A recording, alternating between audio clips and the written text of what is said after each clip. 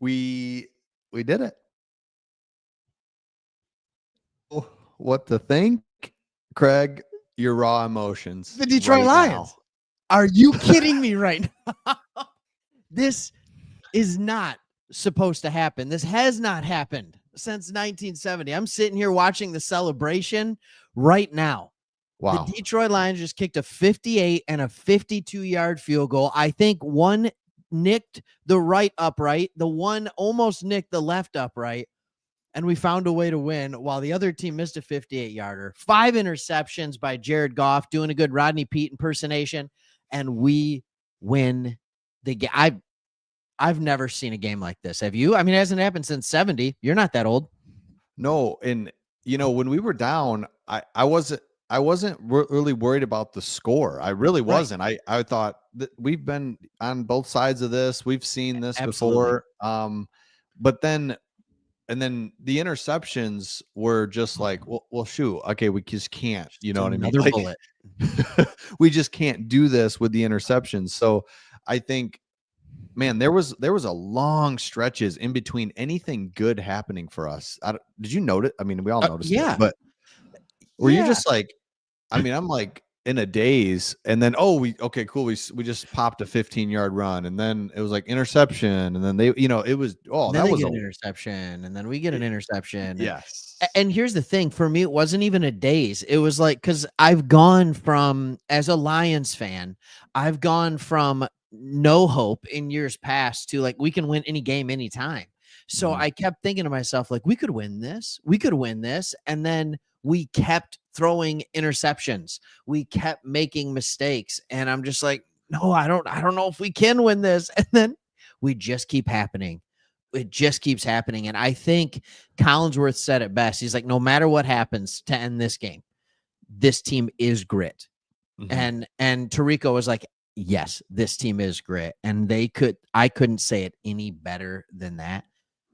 Nobody sticks around to win a game like this. No, Doesn't. and one of the things I was looking at, and one of the turning points in this game, I felt like I was like, what's the counter to their aggressiveness? They were Mhm. flying in Yeah. on run plays. This like in the play action then wasn't working either. So it was kind of a weird situation. And so we started to run some screens and Yeah. some little different things. And so screens, and then I also thought, man, what a nice you saw the like, all right, Gibbs, we need something, man. And we put in our lightning bolt, and that dude just gave us everything he had there. I thought that was a big point in the game where it was like, oh, we started to get some things with Yeah.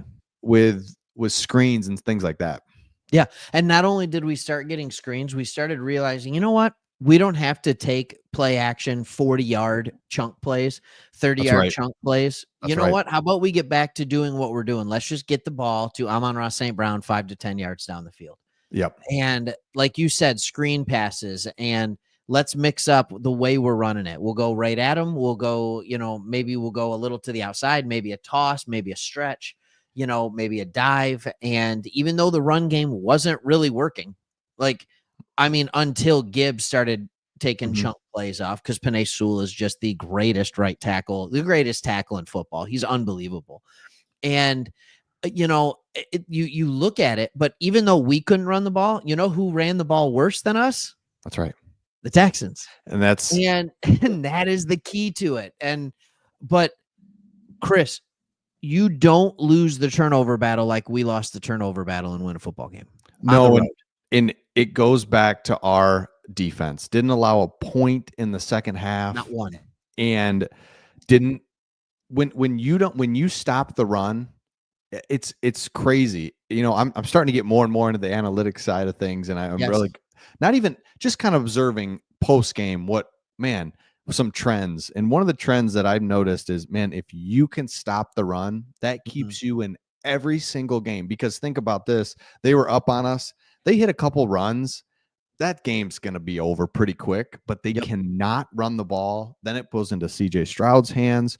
Mm-hmm. He, by the way, we'll get to him in just a second, but I just thought defensively, we stopped the run. Your thoughts on the defense in general? Defensively, I don't know Like, I understand what happened in the first half. I haven't seen a better half of football uh, from our defense. Mm-mm. I don't think ever. And, Yeah. we're sitting here and we're having this conversation. We're texting each other, right? And we're talking about like, all right, what is the title for this video going to be? And I'm just sitting here and I'm thinking about like, man, all right, we're gonna get Za'Darius is gonna be here soon, right? And like we'll finally start getting some pressure, and that'll completely change our defense. And then in the second half, we did. We Mhm. found a way to get pressure. We stopped the run. Like I was just amazed more than that at how many plays when CJ Stroud had time to throw, he Yes. threw. It was an on-target throw, but we still knocked it away. Mhm. Like Brian Branch with a couple, you're talking, I mean, Davis with a couple picks. You're talking, I was blown away. Even the Yeah. pass interference at the end on Arnold, right? Even though it wasn't called pass Nope. interference. I'm good with that, right? Like just phenomenal football in the secondary. I'm just amazed at how far the secondary's come. 100%. The secondary is you nailed it. I mean, he's got time. He's looking, Ooh, he throws it. And I mean, in your mind, because you can't on the TV, you can't see what's gonna happen. And it's like, oh, this ain't good. And right. we bat it down. I love that point. And I love we did get some pressures a little bit Yep. and Lee McNeil. And so, Absolutely. man, I don't know how we stopped the run so well, but Joe Mixon's been playing really well. Yeah.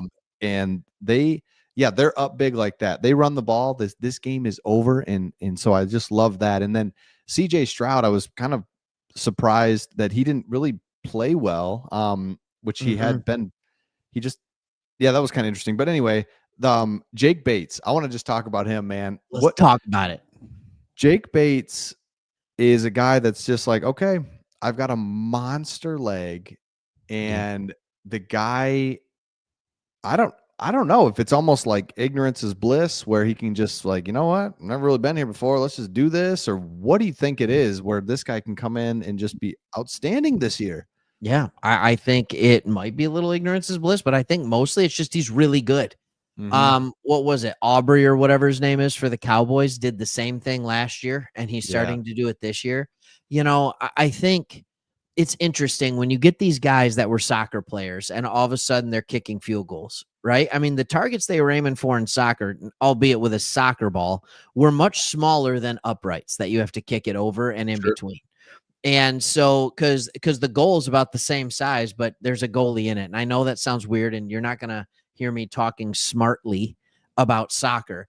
But now when their job is not to worry about the rest of the game, but it's just, all right, now you're going to take that magical right leg of yours and you're going to spend all day, every day, just kicking field goals. That's all we want you to do. And that's exactly what he's doing. And you see him getting better and better and better. And what I've noticed, even in the last couple games, I don't know about you, his kicks don't have that tail on it either Mm-hmm. way. They're dead straight. Even on the extra points, they're dead straight. And so while he wasn't right in the middle of the uprights, it was still good enough. I'm just, when you can kick it easy and you can kick it that far, it's a little easier to be accurate, I guess. I've never seen Man, anything. I'm incredible. And unbelievable. this game ranks up there. It just ranked just because it wasn't the score differential. That wasn't like the craziest thing, but even that, I mean, we're down. It's like, Yeah. oh man, it's just the fact that every time we start to get a little somewhere, we throw an interception. It's like Yeah. we're just gonna run out of time here. And the defense kept us in it. And then we managed games well at the end there. And then again, Amon-Ra St. Brown with the biggest catch, of course, gets a good, 15, couple runs, kick the field goal, game over. Yeah. Just incredible. When when did you, let me ask you this question, Chris. When did you start having confidence that this was a game that we could win? Like, okay, when did you think we were going to win this game, or was there ever a moment that you thought it? Ooh, there really wasn't a moment I thought we were going to win. When it really turned around was when we did hit Amon-Ra St. Brown in that little screen down by the end zone, and he wiggled his way in, and it was like, okay, we were down 10. Yep. It's like I was thinking just field goal, anything, right? We just need a field goal and a touchdown. We get the touchdown, and I Mhm. felt like for the Texans that was going to really make them nervous, and of course it Yeah. did. And they were tight, man. They just got tight, and that was it. So how about you? Any moment where you like, okay, I feel a lot better? Yeah, when he makes a 58-yard field goal, that'll do it. That was a game And changer. I think it actually touched the right upright. So, Mhm. yeah, I think that was the moment, but I would say it's the same as you, either the Amon-Ra St. Brown touchdown or the first time Gibbs got loose. When he got loose and got around the edge, I'm like, all right, the body blows are starting to take their toll on Yep. this Yep. defense. Yep. And we did end up getting, we ran, I think 62 plays, something like that. We actually ran as many as them. I think they only ran 61, which is nuts considering we had 5 interceptions. But there was somewhat of an equalizer. So Goff threw a lot of balls in the dirt. He only threw it for 50%. He threw 5 interceptions. CJ Stroud threw 2 picks, but he also got sacked 4 times. And I think all but one of those sacks ended the drives. Like they didn't get a first down after he got sacked with the other 3. So those don't quite play like turnovers, but they're like a half a turnover, because they're drive killers. And I don't know, man. I don't really know what to think right now. I feel like I'm just going to throw up a box score here in a second. Well, let me ask you this before you do that. We'll open up to the chat and just let me know let me know in the chat. Let us know. We'll throw you on the screen. Who gets your game balls for this game? There's a lot of different things you could do. Who gets your game balls, both offense, defense? We know who gets it special teams. You could throw it up there if you want, but offense and defense. For me, defensively, I thought Carlton Davis, that was just a couple of huge plays. He made plays, got us some turnovers when we absolutely need it. And then offensively, I just saw this one pop up and I love it.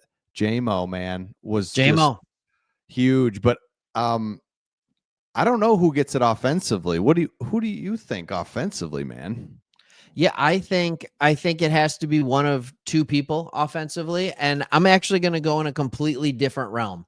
Please do. I will. And this is interesting because it's Penei Sewell. Like when you look at the big runs, because at first I was like, oh, Gibbs, because he had like 3 or 4 big chunk runs.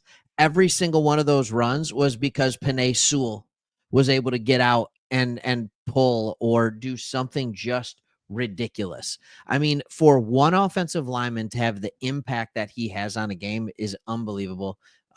He locked it down. There were no sacks taken, especially from his side. And I'm going to give it to Sewell on the offense. Yeah, for sure. We really did. I think we got to see, I guess, the Lions when it really crunch time, gotta have it. What do we do? Because up until this, we were beating teams so bad. We were like trying to get other people involved that hadn't scored in a while. It's like, you know what? Laporte hasn't scored in a while. Let's just throw it to him. And this game was like, all right, we gotta figure something out. And you nailed it. We went to Penei Sewell leading the way on blocks, and I love that one. And Brian Branch is really that would have good. been my defense, actually. Yeah, even though Davis had the 2 picks, Brian Branch was everywhere. Everywhere. Dude, and I don't even understand. And I think he got hurt in the first half too.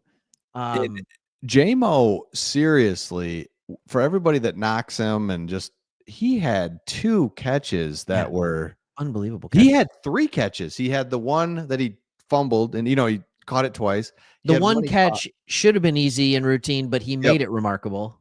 And then caught the one back here, and then caught the one above his head where he just got hit in the ribs by 2 guys. So that was huge. Did you see his knee on that play, by the way? The one where he got crunched in between. I'm like, oh, there goes his ACL, you know, and then he's back in the game. Like he was trying to run back on the field. Yep, and he was getting mad at the training staff. Like, no, you got to sit one play. Like you can't. Oh, hey, this is a good comment. I'm kind of surprised that Zadarius Smith. I don't know why, but like he's way into it.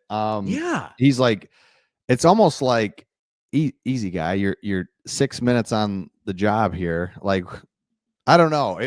It kind of was. I don't know. I don't know why it was off-putting to me to see him so into it. I would have thought I would be the other way. Like, look at this guy. He's engaged, but it's like, yeah, guy, Go, just hold on a second. I don't know. Am I off on that, or what are you thinking?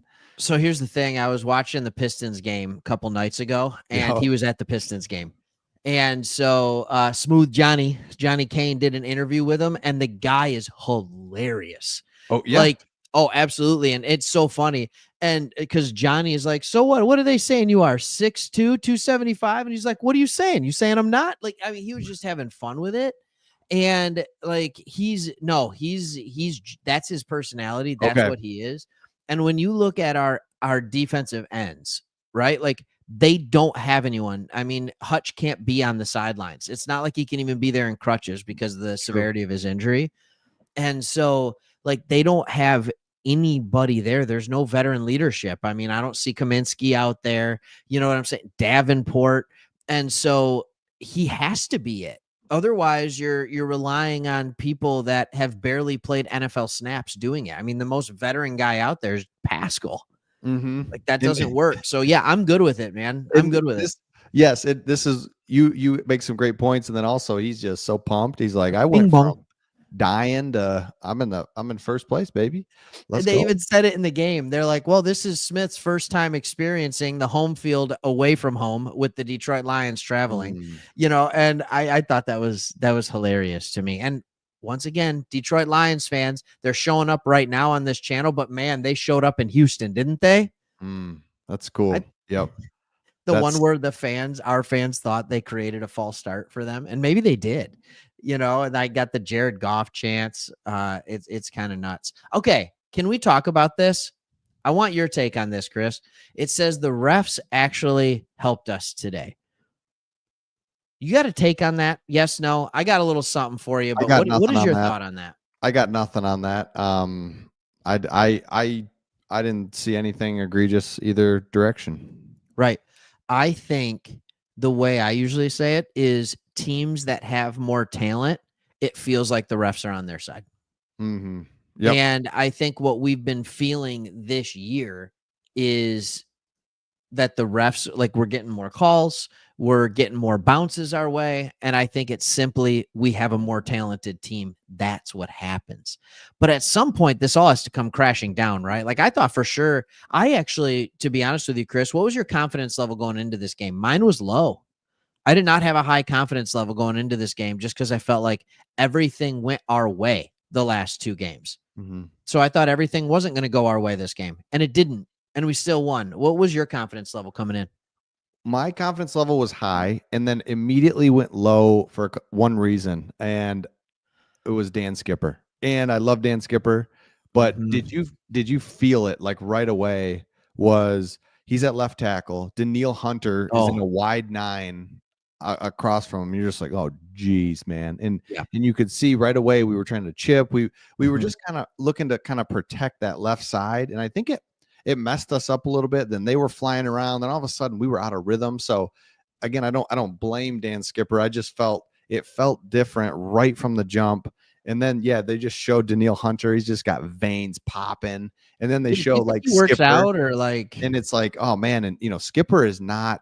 I think Skipper's found a great role with us with that like extra tackle, extra lineman package, and I think he's perfect for that. And he's just be like a pass block setting guy he's just not going to do that. So that's where I was at, is like I was feeling fine and then immediately was not feeling good. But and would you, as you look back on this, what grade would you give Skip?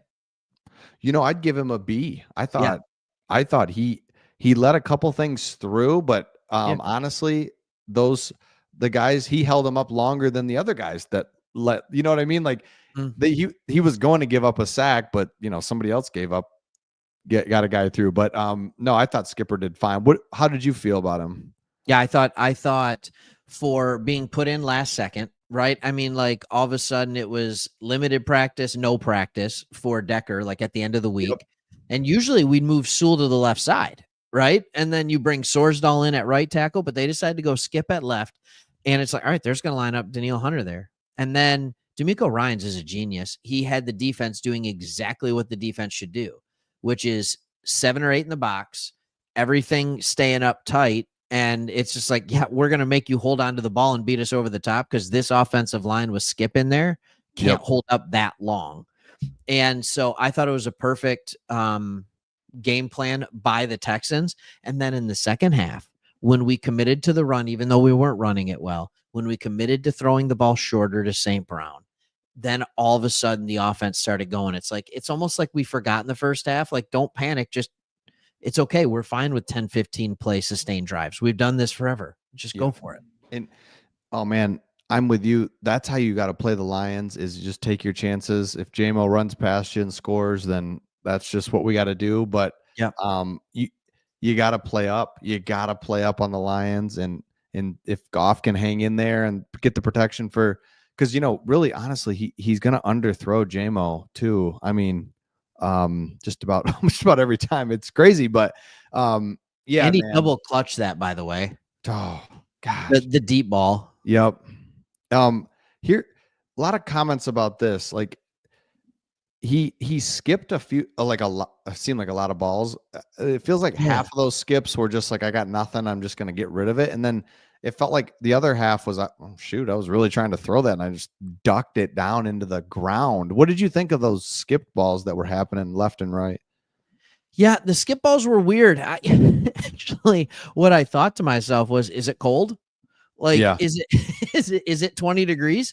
I know that's not real. That's a joke, but we always joke about how Goff can't play in the cold. Dude was panicking a little bit. Like, he had the yips a little bit. He had that. It was weird. Even the touchdown to St. Brown, it looked like he struggled getting that ball out. Yes. And he has done this before, right? Remember last year?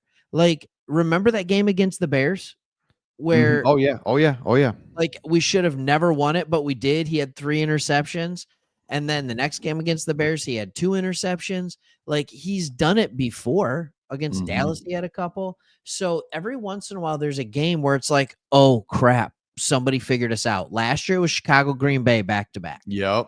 And it was like, oh no, they took away the middle of the field. He's got to go to the outside. And that's what it kind of felt like. Is it's rare that a defense figures out a Ben Johnson offense, but when it happens, Goff has the ability to look pretty bad.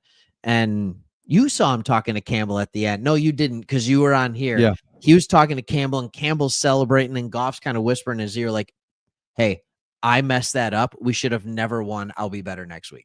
Yeah, like, or hey, my hands actually broke. I broke it in the first quarter. So say Hendon Hooker. Yeah, I didn't want to tell anybody that.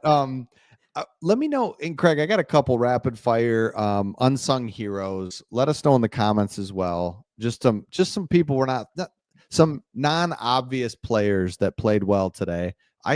The guy that's just, I love watching, and I need to pay attention to him more, is Jack Campbell. Guys flying around, playing well. What are your thoughts on that, dude? Jack Campbell. I mean, Chris Collinsworth was obsessed with him. Yeah. It is fun to see Jack Campbell go from, you notice him messing up constantly. Yes. To he kind of disappeared early in the year. It's like, hey, Jack Campbell's out there, right? To, okay, dude's a tackling machine. To, yeah, he's a middle linebacker. Like, he's really good. My thoughts on Jack Campbell was he might have been the best player out there on defense and doing exactly what he should be doing at middle linebacker. Yes. Man, it's huge. And another one is, and this is an obvious one, but Aleem McNeil saved us. I mean, he had that inside pressure really causing problems. And I thought, because we weren't getting, like, James Houston is not gonna be the answer He played his best game of the year, by the way. Oh yeah, and you're just like, still not the answer. But he's just like, we got to get some pressure. So Aleem McNeil getting pressure up the middle, stopping the run, had some sacks. This dude just played well. He had some TMJ going on or something. Yeah. That looked nasty. That looked. If he got it right, I was thinking, what's going on that he has to come out? That he's just Aleem McNeil. Thoughts on him? Or yeah, like, pay the man, right? Like, isn't that, like, that's why we pay the man? That's I right. mean, he is very, very good. That's why.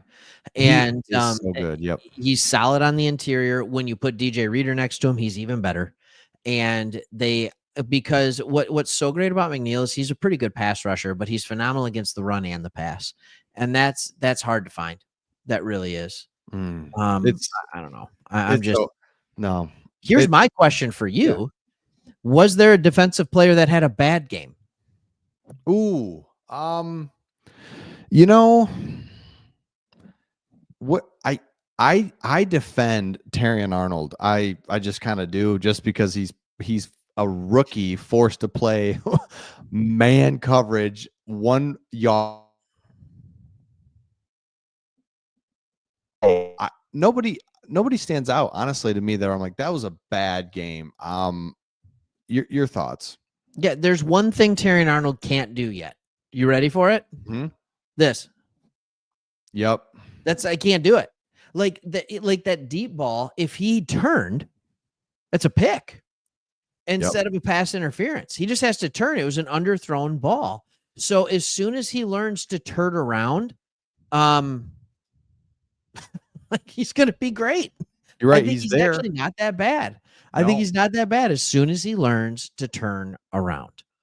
Man, in people that play us, it's like, just throw those deep balls. I mean, that was a huge play. Those Yeah. pass interferences just kill me. That was a 50-yard penalty, and it's like, geez. I So know. yeah, All right, that's comments. I want comments here. I'm gonna show this. When is the next loss for the Detroit Lions?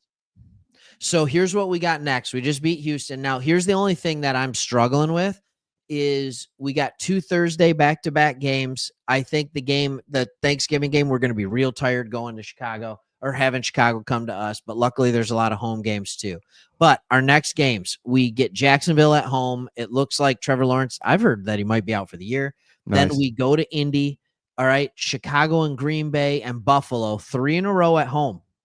3 in a row at home. Buffalo, we get the mini bye week, and then we go to Chicago. Is there a loss in any of those or not?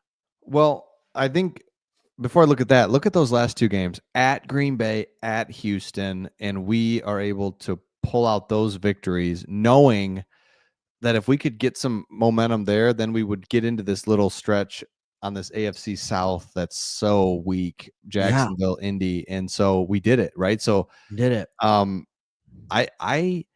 The Bears on Thanksgiving is just that's a good matchup for the Bears. And what I mean by that is, I think we play the Bears 1:00 Sunday. I feel really good about that, but it's a short week. Yep. It's Thanksgiving. We saw it last year with the Packers. It's just that one makes me just like, this just feels a little odd, but I don't know. I mean, Buffalo, especially looking at the 2 games Goff played against the Bears last year. yeah, right? exactly. So Yeah. that's that one would be the first. I don't see us having any problem with Jacksonville and Indy.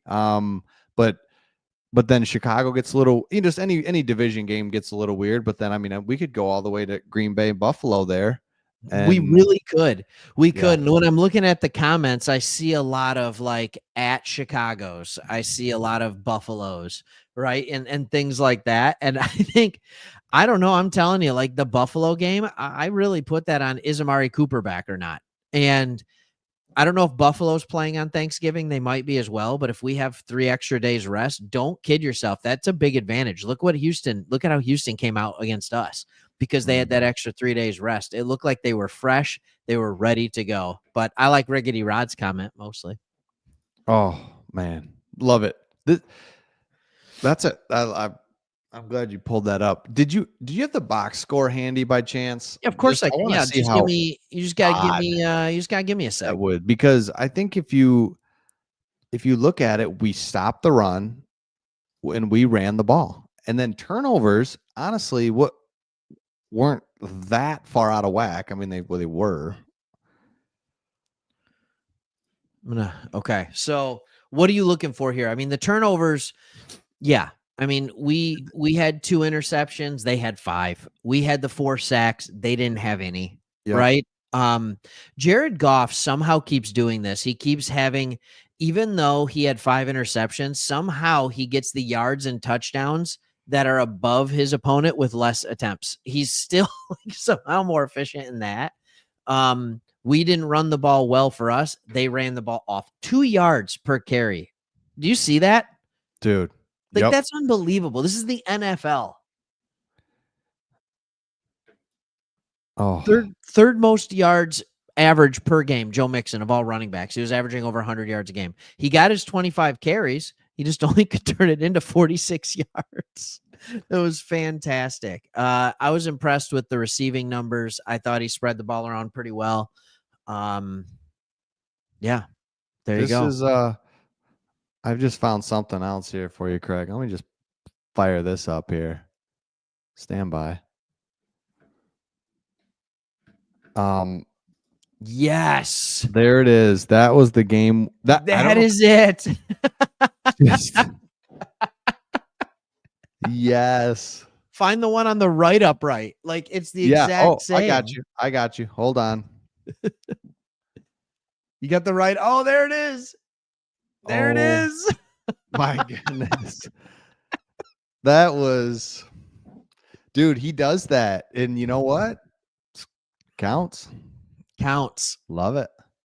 Man. Also, that's where the ball is on a 58-yard field goal. You can't even see the crossbar. You're so right. Yep. 58-yard field goal. You can't see the crossbar. Oh, yeah. Let's look at what was the final field 52. goal? 52. Yeah. No That was crossbar in sight. That was the 58-yarder. Oh, yeah. That was 58. You're right. That You're was right. 58. And then this is 52. It's way up at the top. Look at that. It's almost at the top of the upright from 52. You can see the top. You're right. Unbelievable. Oh, my goodness. Twitter's a beautiful thing, isn't it? Hey, follow us on Twitter, Sports Talk Detroit. Follow us on Twitter. Hit that like button. Subscribe to the channel right now. Just hit it. Boom. Just hit it. Hey, question. Do you think anybody's going to be interested in videos and stories about the Detroit Lions this week? It's going to be great. Yep. Please. Just keep watching. Watch videos. We're on this ride together, everyone. And just in case you're wondering, the Detroit Lions are 8-1. Chris, do you know what their record is on the road? Undefeated, right? Yeah, 5-0. 5-0. Unbelievable. Road Warriors, 5-0, 4-1, or 3-1 at home, and that's why you got a lot of home cooking coming up too. Yeah, that's right. That's just that's love right, this man. name. Legatron.